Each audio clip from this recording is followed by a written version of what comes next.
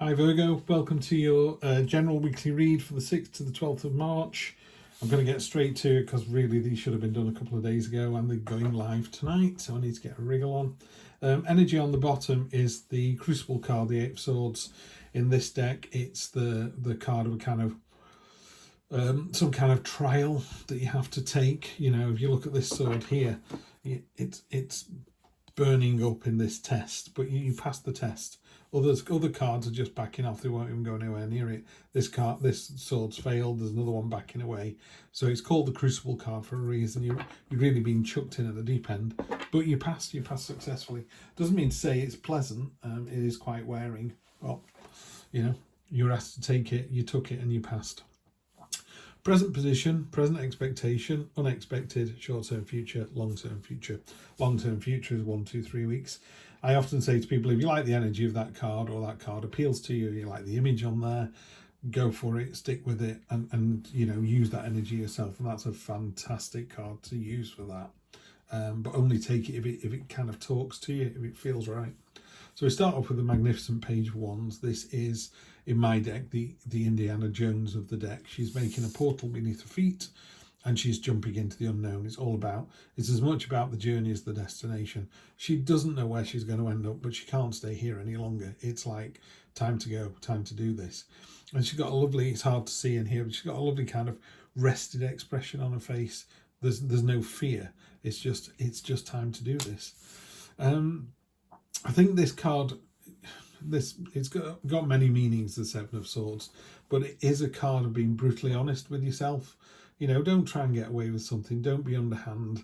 The biggest sword is being reserved for the rat or the traitor down here. Sometimes we think we're doing things or we're doing things for the greater good and we're kind of kidding ourselves. You're doing them for a selfish reason. Sometimes you need to do things for a selfish reason. You know, I've been in relationships historically where the person I was involved with had children, and young children at that, and you've got to kind of balance out whether you know, do you see yourself with that person in 2, 3, 4, 5, 6, 7, 8 years time, and you very quickly realize that that's not the case, and then you have to kind of work out how you're going to have a relationship that's not going to turn into something long term. And sometimes the other person's aware of that and sometimes they're not. You know, so I would say to you, it's definitely a card of almost being transparent. You know, it's a horrible phrase, isn't it, to walk up to someone and go, do you know what, this isn't working? And you're not doing it out of spite or malice. You're just going, it's just not working, you know. And maybe the other person surprises you and turns around and goes, no, you're right, it's not. I remember, I'm refusing to say who this was with, but I once had a conversation with someone and they were really tearing into me. I do all the work around here. It's not fair. I do everything, blah, blah, blah, blah. And I've had enough of this. I don't want to be with you anymore. And I said, you think I want to be with you? And I could see the face just dropped because it was a bit like Columbo. They'd worked out the murder, but they hadn't worked out how to get away with it afterwards. So they were convinced that by saying all of this vitriol, that they were like, I don't want to be in this, I do all the hard work. And I went, I don't think so. And I think I should, you know, go our separate ways. So we did, and it was fine. But it was a real kind of, and I just remember they kind of stopped dead. Oh, right. And I think then maybe you've got to use that energy here as well. You know, you're off on this new adventure. It should include other people, and it must include other people. But there are some people who are going to be left by the wayside. You can't go on holiday with every friend you know. And if you're in a relationship or you're married and you've got a family, you can't do the things that the singletons do because you've got different responsibilities. Or do you want to be single again? You know, but sometimes I think people find themselves in this hole where they end up in a flat on their own, seeing their children once a fortnight, going, how the hell did this happen? That's how it happened. You've got to be transparent and brutally honest and go, this is what I want, this is how I see the future going. It might be that you're saying to someone, I love you and I want to stay with you, but we are going to split up unless this changes. So you can give people a warning, and that warning can last, I don't know, 1, 2, 3, 5 years. But, you know, you just need to do it. What's unexpected is the Chariot down here. The Chariot is a card of victory. There is lots of discussion about the Chariot card. Is it a victory that's happened, or is it going to happen? Are you celebrating a victory, or are you going to war, you know, a more traditional Rider-Waite deck? It looks like they're leaving the city and going to war, but the look on the face is one of victory and success. Are they leaving the city they've conquered? And again, it depends on the reading and where it sits, and instinctively what you feel about it. I feel about this that this is someone who is victorious. They've already won. They've got the scepter of power. They've got the reins in the hand. It's a very powerful looking image. It's a very settled image. This isn't someone going to war. This is somebody who's won and is celebrating the spoils of victory. So I think going on this journey and being brutally honest about it, and it's going to upset some people. It is, maybe your mates go, I can't believe you're doing this. And it's like, well, you're not inside my own head. And no one can ever do that. I cannot get inside anybody else's head. I hate it when people go, I know what you're thinking. It's like, you really don't. You really, really don't.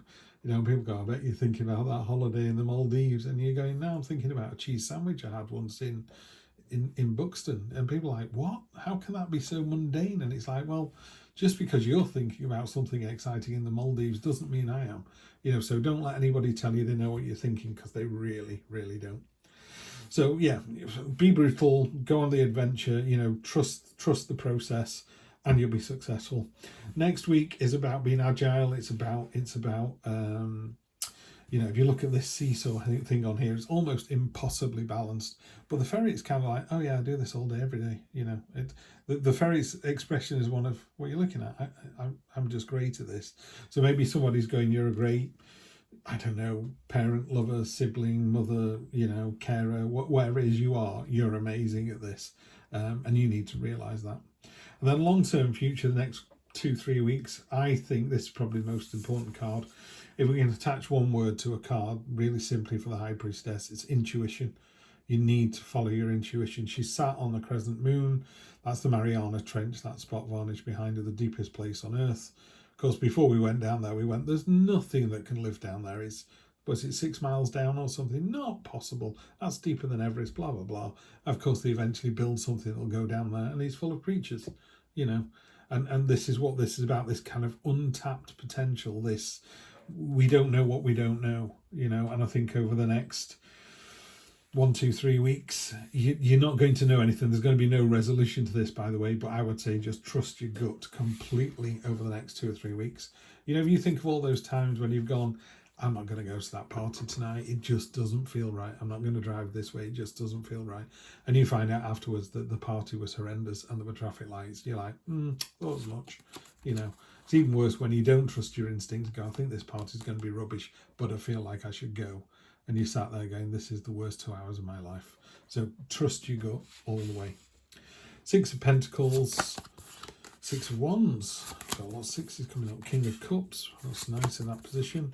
Yeah, Star, mirroring time. Wheel of Fortune. That's great on top of the High Priestess as well.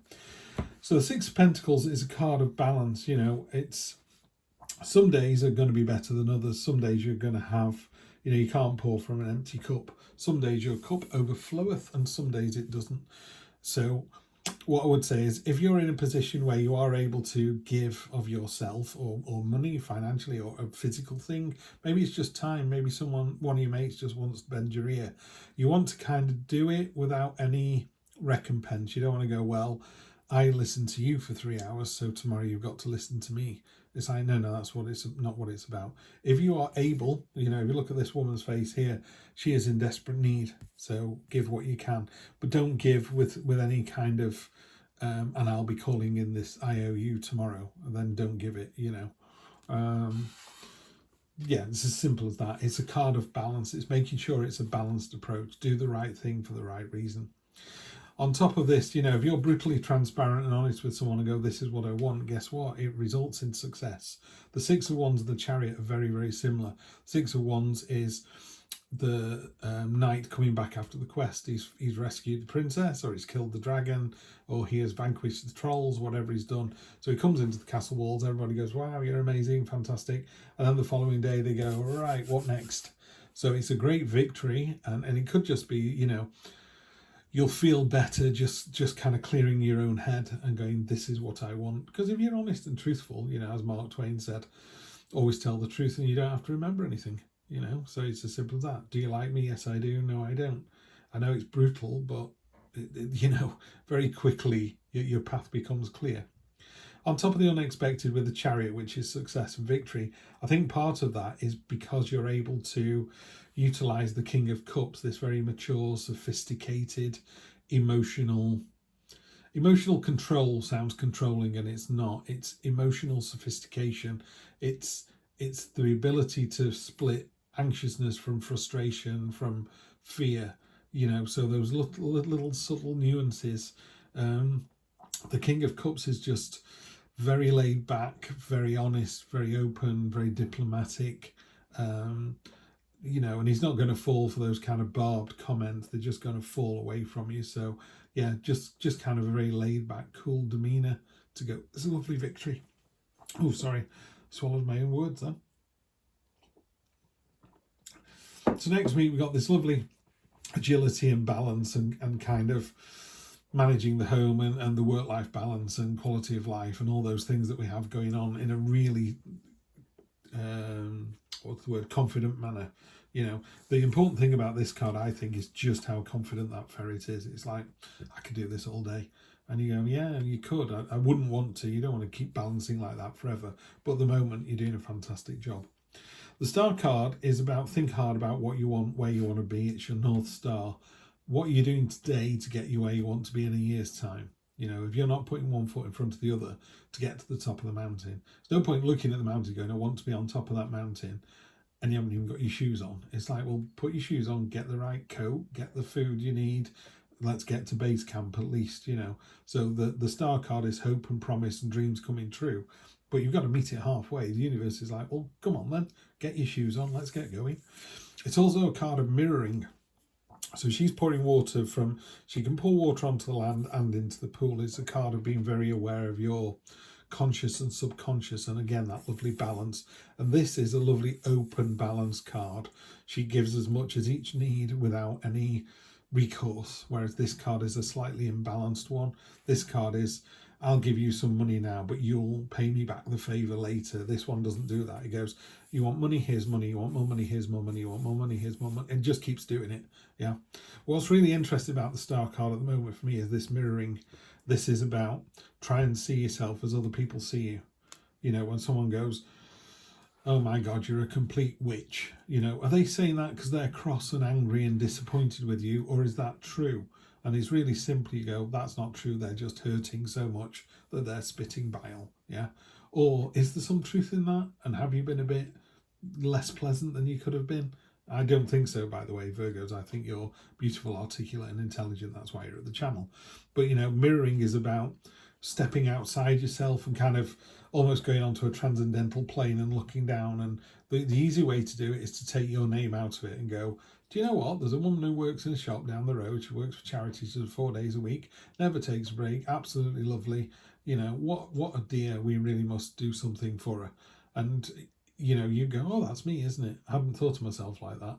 So, and people don't, they're too modest, particularly, I'm not going to get into this conversation, but people are very modest, usually. So, what you want to do is kind of step out of that a little bit. You don't have to show off, but at least people need to know that you know, what you are capable of. And more importantly, so do you. You need to have a really good understanding of just how powerful and worthy you are. You've every right to be on this planet. You've every right to be happy every single day. Yeah. And all of this is your way of getting happiness.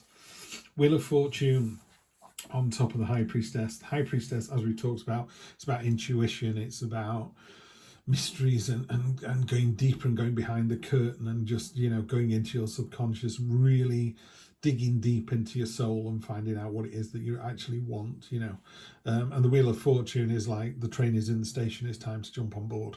I can't make any more simple than that. It is literally just that. The universe provides. The universe goes, here you go, here's your chance, get on the train. And you get to the station, go, there's 3 trains in the station, which one? The universe goes, get on the train. And you go, I don't know which one. The universe goes, get on the train. And one of them pulls away, leaving 2, and he goes, the train's in the station, you need to get on the train. I don't know which one to get on. The universe is just like, just pick one, it doesn't matter, just do it. Just, as I was saying before, to get to the top of the mountain, put one foot in front of the other, but at the very least put your shoes on, make sure they're, boots that are suitable for purpose, fit for purpose. Otherwise, you know, if you're going up there in flip-flops, you're not kidding anybody. You're doing this, setting yourself up for failure. You know, you're not doing that. You need to realize your happiness, realize your worth, and just go for it completely. Definitely this next 1, 2, 3 weeks, I would say there's a couple of cards that are really standing out to me. One is a Seven of Swords. Be brutally honest and transparent, and just tell it like it is. You know, if you're unhappy about something, say it, and then you can resolve it. I don't know whether it turns out good or bad. It looks like it turns out really, really well. But even if it doesn't, in inverted commas, turn out really well, it's still a victory, because that was supposed to happen. You were supposed to stop doing that, which is kind of weird victory, isn't it? You know, if you did it really simply and said, I've told my partner that I want children by the time I'm 25, and they've gone, we're never having children. You go, right, fine, we're not going to be together anymore, you know.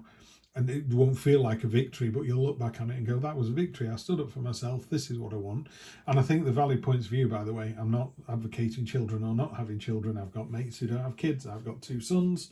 Wouldn't change them. Wouldn't change a moment of my life, you know. But, you know, my mates who don't have children or have grown up children have got a lot more money than I have, and live a different kind of lifestyle. They're very happy with that. I'm very happy with this. So, yeah, I would say these are the 2 cards for me. One is this, brutally honest. Don't do anything underhand. I mean, it is a card of mischief and underhandness and doing the dirty on people. I don't mean doing any of that. But, you know, if you're in a relationship and go, I don't see myself with this person in 5 years' time, what are you wasting 4 years, 11 months, 3 weeks and 5 days for? You know, just do it today. Be brutally honest, get the victory, and just really dig deep into those signs and portents and mysteries. Your intuition will serve you well. It'll serve you well this week. As ever, it's always a pleasure to talk to you, and I will see you for the next one. Take care.